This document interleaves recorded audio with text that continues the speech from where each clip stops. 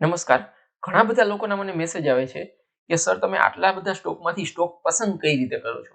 તો સ્ટોક પસંદ કરવા માટે આપણે સ્ક્રીનરનો ઉપયોગ કરી શકીએ. સ્ક્રીનરનું કામ શું છે કે જે 5000 કરતાં વધારે સ્ટોક લિસ્ટેડ છે એ 5000 સ્ટોકમાંથી આપણને આપણી કન્ડિશન મુજબના સ્ટોક અલગ કરીને આપવા. તો આજના વિડીયોમાં આપણે સ્ક્રીનર કઈ રીતે બનાવવું અને એનો ઉપયોગ કઈ રીતે કરવો ને એ સમજીશું. હવે સ્ક્રીનર બનાવવા માટે તમારે ચાર્ટિંગ વેબસાઇટ ઓપન કરવાની થશે, charting.com. હવે આ charting.com ઓપન કરશો ને એટલે આ રીતની એક આવશે. જો તમે આમાં લોગિન નહીં કરેલું હોય તો અહીંયા તમને લોગિન માટેનો ઓપ્શન કહેશે. ચાર્ટિંગ વેબસાઇટ ફ્રીમાં છે, એમાં તમે માત્ર ઈમેલ એડ્રેસના આધારે લોગિન કરી શકો. હવે લોગિન કરી લેતા પછી આમાં સ્ક્રીનરમાં જવાનું થશે. હવે સ્ક્રીનરમાં જાવ ને એટલે અહીંયા ઘણા બધા અલગથી બનેલા સ્ક્રીનર બતાવશે. એમાંથી કોઈ પણ તમારે ઉપયોગ કરવો હોય તો માત્ર એના પર ક્લિક કરવાની થશે. એ ક્લિક કરશો એટલે એક સ્ક્રીનરની અહીંયા શરતો બતાવશે અને નીચે એમાં જે ફિલ્ટર થઈને આવેલા સ્ટોક હશે ને એ બધા આ જગ્યાએ બતાવશે. આ રીતે આપણે હમણાં જે ગ્રુપમાં સ્ક્રીનરનો યુઝ કરીએ છીએ એ સર્ચ કરવું હોય તો તમે અહીંયાથી કરી શકો. અહીંયા હું લખી નાખું છું એનડી સ્ટોક લર્ન. તો એનડી સ્ટોક લર્નના જેટલા સ્ક્રીનર હશે ને એ અહીંયા બતાવશે. હવે ચાર્ટિંગનો બીજો એક ફાયદો એ છે કે ચાર્ટિંગમાં બીજા કોઈકે બનાવેલું સ્ક્રીનર હોય ને એને તમે તમારામાં સેવ કરી શકો, તમારામાં કોપી કરી શકો. તો આમાં જો હા મારું સ્ક્રીનર આ એક છે, આ જે ઓરિજિનલ સ્ક્રીનર મારું આ છે. હવે મારા ઉપરથી બીજા બધા આ લોકોએ કોપી કરી અને પોતાનામાં સેવ કરેલા સ્ક્રીનર છે ને એ અહીંયા બતાવશે. તો મારું તમે સર્ચ કર્યું અને આના ઉપર ક્લિક કરશો ને એટલે આ સ્ક્રીનર આવી ગયું. હવે આમાં કોઈ પણ સ્ટોક આવશે ને એ અહીંયા નીચે બતાવશે. માનો કે અહીંયા રન કરું, દિવસમાં 10:30 પછી આપણે આનો યુઝ કરતા હોઈએ છીએ તો 10:30 અહીંયા રન કરવાનું એટલે નીચે અહીંયા બધા તમને સ્ટોક ફિલ્ટર થઈને આવશે અને એમાંથી આપણે સારા જે સ્ટોક લાગે એને ટ્રેડિંગ માટે લેશું. તો આ તો કોઈ જૂના સ્ક્રીનર બનાવેલા પડ્યા હોય એનો ઉપયોગ કરવો હોય ને તો વાત છે. હવે આપણે એ શીખીએ કે સ્ક્રીનર કઈ રીતે બનાવવું. તો સ્ક્રીનર બનાવવા માટે અહીંયા સ્ક્રીનર્સની નીચે ક્રિએટ સ્કેન નો ઓપ્શન આવે છે. એ ક્રિએટ સ્કેન ઉપર ક્લિક મારવાનું થશે. આ જગ્યાએ એની બધી શરતો આવશે અને એ શરતોના આધારે જે સ્ટોક ફિલ્ટર થઈને આવશે ને એ અહીંયા તમને નીચે બતાવશે. તો આપણે પહેલા બેઝિક એક સ્ક્રીનર બનાવીએ, બરાબર છે? તો આમાં શું કહે છે કે સ્ટોક પાસીસ ઓલ, મતલબ કે કઈ કન્ડિશન પાસ કરવી છે. તો આ બધી કન્ડિશન અહીંયા જે નીચે લખશું એ બધી કન્ડિશન પાસ કરતો હોવો જોઈએ. અને ક્યુ સેગમેન્ટ, મતલબ કે તમે કેશ જોવા માંગો છો, ફ્યુચર જોવા માંગો છો, નિફ્ટી જોવા માંગો છો કે નિફ્ટી 500 ના સ્ટોક જોવા માંગો છો, એ બધામાં એ સર્ચ કરશે. તો આપણે અત્યારે બધી કન્ડિશન પાસ કરાવી છે અને કેશના સ્ટોક જોવા છે તો મેં અહીંયા કેશ સિલેક્ટ કરી લીધું છે. હવે આપણે પહેલી કન્ડિશન લખીએ. તો કન્ડિશન માટે શું કરવાનું, આ પ્લસના સિમ્બોલ પર ક્લિક કરવાનું અને માનો કે મારે એવી કન્ડિશન જોઈ છે કે જે સ્ટોક આજે 500 રૂપિયા કરતા ઓપમાં ઓપન થયો હોય તો મારે શું કરવાનું થશે, એનું ઓપન પ્રાઇસ. હા, ઓપન પ્રાઇસ આવી ગઈ. અને ક્યારે ઓપન થયો હોવો જોઈએ, 500 કરતા વધારે, મતલબ કે ગ્રેટર ધેન. અને ગ્રેટર ધેન પછી નંબર કે કેટલા નંબરથી વધારે, તો અહીંયા હું 20 ની જગ્યાએ 500 કરી નાખું છું. તો આ આપણી સિમ્પલ એક કન્ડિશન થઈ ગઈ કે જે સ્ટોક 500 કરતા વધારેથી ઓપન થયો છે એ બતાવશે. તો હવે હું રન પર ક્લિક કરું છું. હવે આ રન પર ક્લિક કર્યું ને એટલે આ નીચે એવા બધા સ્ટોક આવી ગયા કે જે આજના દિવસમાં 500 કરતા ઉપર ઓપન થયા છે. તો આ બધા સ્ટોક જુઓ તમે, 500 કરતા વધારે આજે એનું ઓપનિંગ આવેલું છે. તો આ આપણી એક સિમ્પલ કન્ડિશન થઈ ગઈ. હવે માનો કે મારે બીજી કન્ડિશન એવી કરવી છે કે એવા સ્ટોક જોઈએ કે જે 600 કરતા ઓછા ઓપન થયા હોય, મતલબ કે મારે 500 અને 600 વચ્ચેના સ્ટોક જોઈએ છે.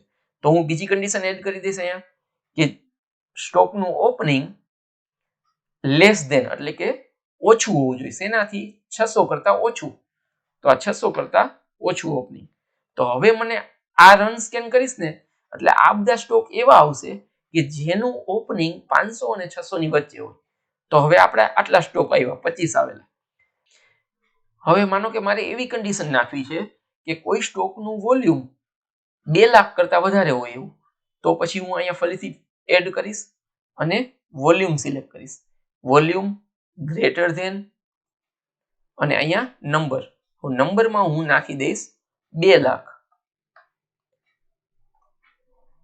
તો હવે જો આપણે શું કર્યું, પહેલી કન્ડિશન આપણી એ હતી કે 500 કરતા વધારે ઓપન થયેલો હોવો જોઈએ, બીજી કન્ડિશન એ હતી કે 600 કરતા ઓછો ઓપન થયેલો હોવો જોઈએ, અને ત્રીજી કન્ડિશન આપણે હતી કે 2 લાખ કરતા જેનું વોલ્યુમ વધારે હોવું જોઈએ. તો હવે હું રન સ્કેન કરીશ ને એટલે આ બધા સ્ટોક છે એમાંથી પણ ફરીથી ફિલ્ટર થઈ અને બીજા સ્ટોક આવશે. તો આ રન સ્કેન. તો હવે જો માત્ર કેટલા તમારી પાસે 25 સ્ટોક આવેલા છે. તો હવે જે નીચે સ્ટોક આવેલા છે ને એ સ્ટોક આ ત્રણ કન્ડિશન ફૂલફિલ કરતા હશે એ આવેલા છે. તો આ રીતે આપણે એક સિમ્પલ સ્કેનર બનાવ્યું. હવે માનો કે મારે આ બધી કન્ડિશન નિફ્ટી 50 ના સ્ટોકમાં જ જોવી હતી, તો શું કરવાનું થશે, અહીંયા જઈ હું કન્ડિશન ચેન્જ કરી નાખીશ. કેસની જગ્યાએ હું નિફ્ટી 50 સિલેક્ટ કરી નાખીશ અને સ્કેન આપી દઈશ. તો હવે જે સ્ટોક આવ્યા એ નિફ્ટી 50 ના જશે. તો જો નિફ્ટી 50 માં બે જ સ્ટોક છે કે જેણે આ ત્રણ કન્ડિશન ફૂલફિલ કરેલી છે. તો આ તમારે માનો કે ચેક કરવું છે કે આ સાચું છે કે ખોટું. 95% સુધી ચાર્ટિંગ જે સ્કેનર સ્કેન કરીને આપશે ને એ સાચા હોય છે. 5% માં ઘણી વખત આડાઅવળા આવતા હોય છે. તો હવે એ જોવું હોય તો આ હિન્દલ્કો પર આપણે ક્લિક કરીએ, અહીંયાથી એનો ચાર્ટ ઓપન થઈ જશે. તો આ ચાર્ટ જુઓ. હવે આ ચાર્ટમાં હું જ્યારે કેન્ડલ પર એરો રાખીશ ને ત્યારે આ ઉપરની સાઈડમાં બધી કન્ડિશન બતાવશે, ઓપન, ક્લોઝ, લો, હાઈ અને વોલ્યુમ. તો જો આપણી 3 કન્ડિશન હતી કે 500 કરતા વધારે ઓપન હોવું જોઈએ, 600 કરતા ઓછું ઓપન હોવું જોઈએ અને 2 લાખ થી વધારે વોલ્યુમ હોવું જોઈએ. આ સ્ટોકમાં આપણે ચેક કરીએ કે આ ત્રણ કન્ડિશન ફૂલફિલ થાય છે કે નહીં. તો જો અહીંયા હું એરો રાખીશ એટલે આ જગ્યાએ તમને બતાવશે. તો એનું ઓપન ક્યાં છે 575.95, મતલબ કે 500 થી વધારે અને 600 થી ઓછા ઓપન થયું છે. અને એનું વોલ્યુમ જો, એનું વોલ્યુમ પણ 51 લાખની આસપાસ છે. મતલબ કે ત્રણ કન્ડિશન આ સ્ટોકે ફૂલફિલ કરેલું છે, એટલા માટે આપણને આ સ્કેનરમાં બતાવી દીધું. તો આ રીતે તમે બેઝિક સ્કેનર બનાવી શકો. માનો કે હજી આમાં મારે કોઈ કન્ડિશનમાં સુધારો કરવો છે, તો સુધારો કરવા માટે શું કરવાનું થશે, ફરીથી આમાંથી જઈ કોઈ પણ ચેન્જીસ કરી શકો. માનો કે મારે 500 થી 1000 વચ્ચેના સ્ટોક જોઈએ છે, તો હું અહીંયા જઈ ચેન્જ કરી અહીંયા 1000 કરી નાખીશ. તો મને હવે એ મુજબના સ્ટોક્સ બતાવશે.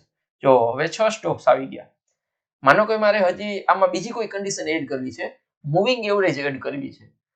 આપણે જે અત્યારે ડેઈલી ટ્રેડિંગ માટે જે સ્ક્રીનરનો ઉપયોગ કરીએ છીએ એમાં આપણે મૂવિંગ એવરેજનો ઉપયોગ કરેલો છે. તો માનો કે મારે આમાં પણ મૂવિંગ એવરેજ એડ કરવી છે, તો કઈ રીતે કરવાની થશે, અહીંયા પ્લસમાં જઈ અને હું એનો ક્લોઝ ભાવ સિલેક્ટ કરીશ અને હવે હું સિલેક્ટ કરીશ કે મૂવિંગ એવરેજ 20 SMA ની ઉપર હોવો જોઈએ.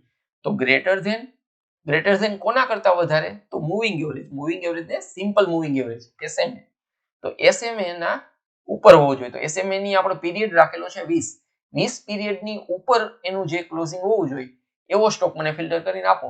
તો એ આ કન્ડિશન થઈ ગઈ અને ફરીથી રન આપીશ તો હવે એ ચારે ચાર કન્ડિશન મુજબના સ્ટોક બતાવશે. તો જો એવો એક જ સ્ટોક આવેલો છે કે જે આ ચારેય કન્ડિશન ફૂલફિલ કરે છે. હવે આપણે એ ચેક કરીએ. તો અહીંયા ટાટા મોટર્સ પર હું ક્લિક કરું છું. તો હવે આ સ્ટોક જો ઓપન 500 કરતા વધારે છે, 1000 કરતા ઓછું છે. આપણે સ્કેનમાં કન્ડિશન ચેન્જ કરી નાખેલી છે કે 500 અને 1000 ની વચ્ચે ઓપનિંગ હોવું જોઈએ. તો આમાં 500 અને 1000 ની વચ્ચે ઓપન છે, 812 ઓપન થયેલો છે. પછી આપણે ચેક કરેલું છે કે વોલ્યુમ 2 લાખ થી વધારે હોવું જોઈએ. તો આનું વોલ્યુમ આજના દિવસનું 2 લાખ કરતા વધારે છે. અને ત્રીજી કન્ડિશન આપણી છે કે 20 SMA ની ઉપર હોવું જોઈએ. તો હવે હું આમાં 20 SMA એડ કરું છું.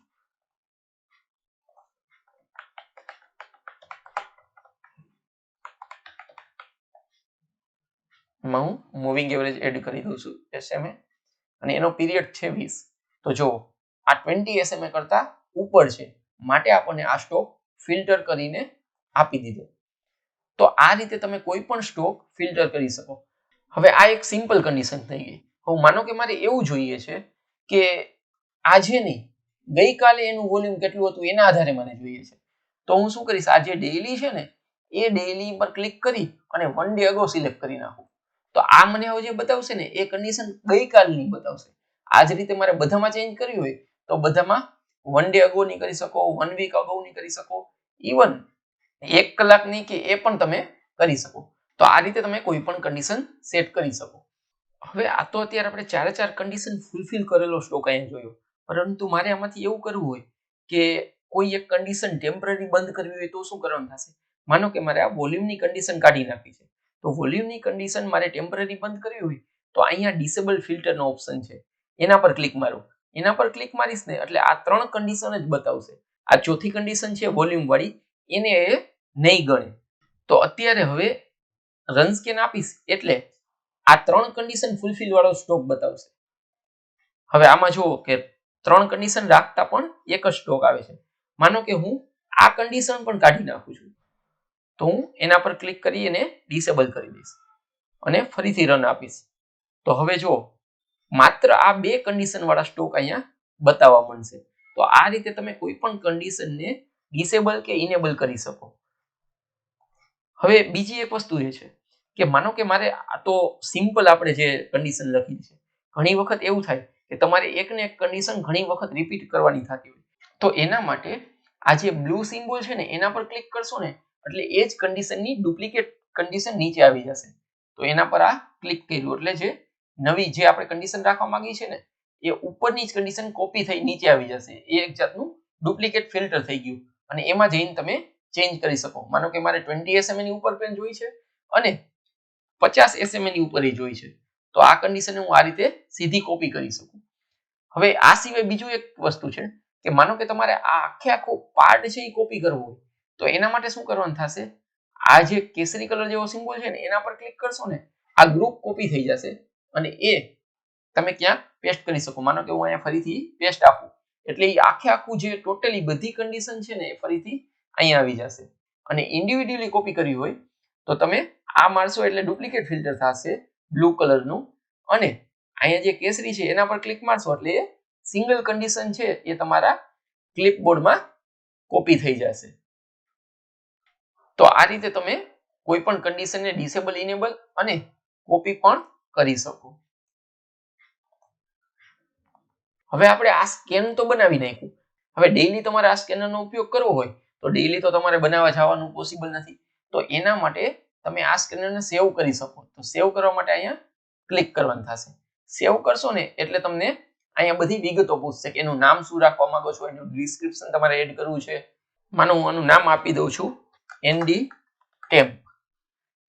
એનું ડિસ્ક્રિપ્શન જે મારે લખવું હોય એ લખી શકું. આનાથી એની કેટેગરી સિલેક્ટ થશે કે બુલિશ છે, બિયરિશ છે. નો સિલેક્ટ કરવું હોય તો નો પણ કરી શકો, ચાલે. માનો કે હું મને બુલિશ રાખી દઉં છું અને આ સબમિટ આપી દઉં છું. તો હવે તો આ એનડી ટેમ્પ નામનું સ્ક્રીનર મારામાં સેવ થઈ ગયું. હવે મારે જ્યારે આ સ્કેનર યુઝ કરવું હશે ને ત્યારે માત્ર અહીંયા મારા ડેશબોર્ડમાં જવાનું થશે અને અહીંયા મને સ્ક્રીનર બતાવી દેશે. આ એનડી ટેમ્પનું આવી જશે. હવે જ્યારે મારે આ યુઝ કરવું હોય ત્યારે હું આ સ્કેનરનો યુઝ કરી શકું. તો આ રીતે તમે સ્ક્રીનર બનાવી શકો. હવે આપણે એ શીખીએ કે બીજા કોઈકે બનાવેલું સ્ક્રીનર છે એને મારે મારા આઈડીમાં કેવી રીતે લેવું. માનો કે મારે આ સ્ક્રીનરને મારામાં કોપી મારવું છે તો શું કરવાનું થશે? એ ઓપન કરવાનું થશે. એ ઓપન કરી એમાં જે કોપી સ્કેન છે ને એના પર ક્લિક કરવાનું થશે. આ કોપી સ્કેન કરશો ને એટલે એ તમારા આઈડીમાં બની જશે અને એને તમે પછી એડિટ પણ કરી શકો. આ મારા આઈડીમાં આવી ગયા છે. આમાં મેં સ્કેનર જે બનાવેલા છે એ અને કોપી કરેલા છે એ બધા બતાવશે. તો આ જે અત્યારે મેં કોપી કર્યું એ સ્કેનર આમાં આવી ગયું. હવે મારે જરૂર નથી એટલે એને ડિલીટ કરી દઉં છું. હવે આજે તો આપણે સિમ્પલ સ્ક્રીનર સમજ્યા હતા કે કઈ રીતે બેઝિક સ્ક્રીનર બનાવવું. આમાં તમે અલગ અલગ ઘણી કન્ડિશન સેટ કરી શકો. હાઈ, લો, એનું વોલ્યુમ શું છે, ચેન્જ શું છે, વીવેપ કેટલી છે, વીવેપ ની ઉપર છે, 20 SMA ની ઉપર છે. આ રીતે તમે ઘણી કન્ડિશન આમાં સેટ કરી શકો અને એના આધારે તમારે જે પ્રકારનો સ્ટોક ફિલ્ટર કરવો હોય એ ફિલ્ટર કરી શકો. તો આજના વિડીયોમાં આપણે એ શીખા કે સ્ક્રીનર કઈ રીતે બનાવવું અને એનો ઉપયોગ કઈ રીતે કરવો. જો તમને આમાં કંઈ ના સમજાયું હોય તો નીચે કોમેન્ટ સેક્શનમાં લખજો અને જો કંઈક શીખવા મળેલું હોય તો વિડીયોને લાઈક કરો. તમે લોકો વિડીયોને જુઓ છો પણ લાઈક નથી કરતા, માટે પ્લીઝ વિડીયોને લાઈક કરો અને બીજા કોઈ શીખવા માંગતા હોય તો એના સુધી આ વિડીયોને પહોંચાડો. Thank you.